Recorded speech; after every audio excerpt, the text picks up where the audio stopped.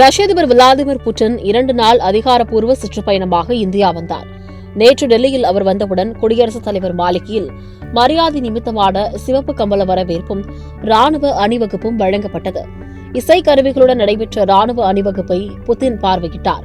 பின்னர் குடியரசுத் தலைவர் திரௌபதி முர்மு, வெளியுறவுத்துறை அமைச்சர் ஜெய்சங்கர் உட்பட மத்திய அமைச்சர்களையும் உயர் அதிகாரிகளையும் புட்டினுக்கு அறிமுகப்படுத்தினார். அதனைத் தொடர்ந்து குடியரசுத் தலைவர் மாளிகையில் புட்டினுக்காக சிறப்பு விருந்து ஏற்பாடு செய்யப்பட்டது.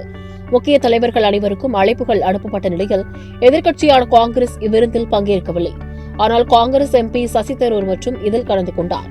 இந்த விருந்தில் இந்தியாவின் பல்வேறு மாநிலங்களை பிரதிநிதித்துவப்படுத்தும் உயர்தர சைவ உணவுகள் இடம்பெற்றன. முதலில் முருங்கை இலை சூப், தென்னிந்திய ரசம், காஷ்மீர் வால்நட் கலந்த குச்சி டூன் சட்டன், காலை சேன் கே ஷிகாம்பூரி கெபாப், காரமான சட்னியும் காய்கறி மோமோ போன்றவையும் பரிமாறப்பட்டன. பின்னர் ஜஃப்ரானி பனீர் ரோல், பாலக் மேத்தி மட்டர் ஷாக், தந்தூரி பர்வான் ஆலு, ஆச்சாரி பைங்கன், மஞ்சள் தால் தட்கா, குங்குமப்பூ புலாவ் ஆகியவைகளுடன் லச்சா பரந்தா, மகஸ் நான், சதனாஜ் ரொட்டி, மிஸ்ஸி ரொட்டி உள்ளிட்ட இந்திய ரொட்டிகள் வழங்கப்பட்டன.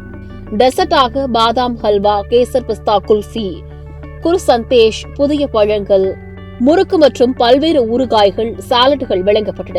மாதுளை, ஆரஞ்சு, கேரட், இஞ்சி சாறுகளும் கொடுக்கப்பட்டு புட்டின் உபசரிக்கப்பட்டார். விருந்திற்கு பிறகு இந்திய மற்றும் ரஷ்ய சங்கீதங்களை இணைத்த இசை கச்சேரி நடத்தப்பட்டது. அமிர்த வர்ஷினி, யமன் பைரவி போன்ற இந்திய ராகங்களும், சாய்கோவ்ஸ்கி படைப்புகளும், ஃபிர் பி தில் ஹை ஹிந்துஸ்தானி பாடலும் இசை நிகழ்ச்சியில் இடம்பெற்றன.